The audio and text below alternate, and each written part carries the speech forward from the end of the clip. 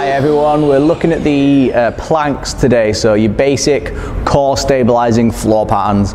There's a couple of ways that most people tend to do them wrong, which isn't more the end position they end up in, it's more how they get there in the first place. So when I'm going to do my plank, I'm going to end up in this position on the floor with my elbows as close together as they can be. My chin is going to be above my thumbs from a starting point. I'm going to have my bum level with my shoulders ideally. So we end up down on the floor. Just going to lie down completely first off. Elbows are underneath my shoulders. I'm going to put my weight into my elbows, not into my hands, even though my hands are on the floor. My thumb should be above my chin should be above my thumb-ish. I'm just going to lift up into this position from here. First thing I've got to do is my shoulders. Some people will sit in the plank like that with the shoulder blades flared out. I want to push my chest away from the floor just to get my chest at the right position so my shoulders are stable. You can see I'm still on my knees at the moment. So all I'm going to do is pull my knees and elbows together as tightly as possible.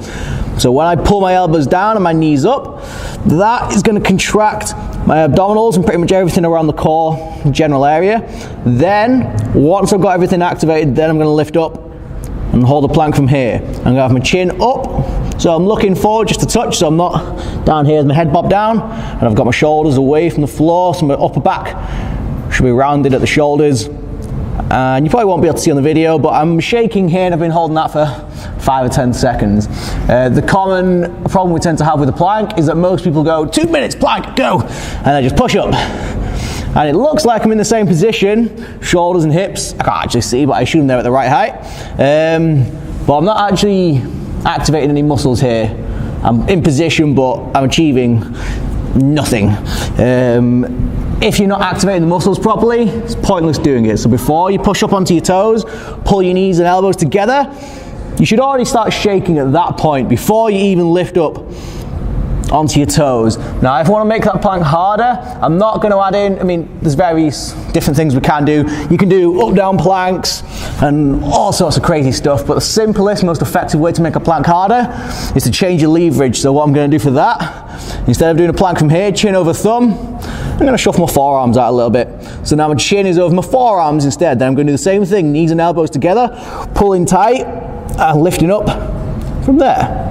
Now my hands are slightly further away, it's going to be harder to control. And all I'll do is keep shuffling out and further out until I'm in like a bridge plank, which I'm not going to demo because my abs hurt today. We can also do a press plank, which is straight arm position, so basically a press up position. Same starting point, elbows locked out, chest away from the floor so my shoulder blades aren't flared out. Then I pull my knees and palms together to activate everything, and I lift up from there. So that should be a press plank. Again, shaking because I'm trying to pull my hands and feet together as tightly as possible. Those are our two basic front arm plank positions, mainly for the front. We'll do rotation next time. See you then.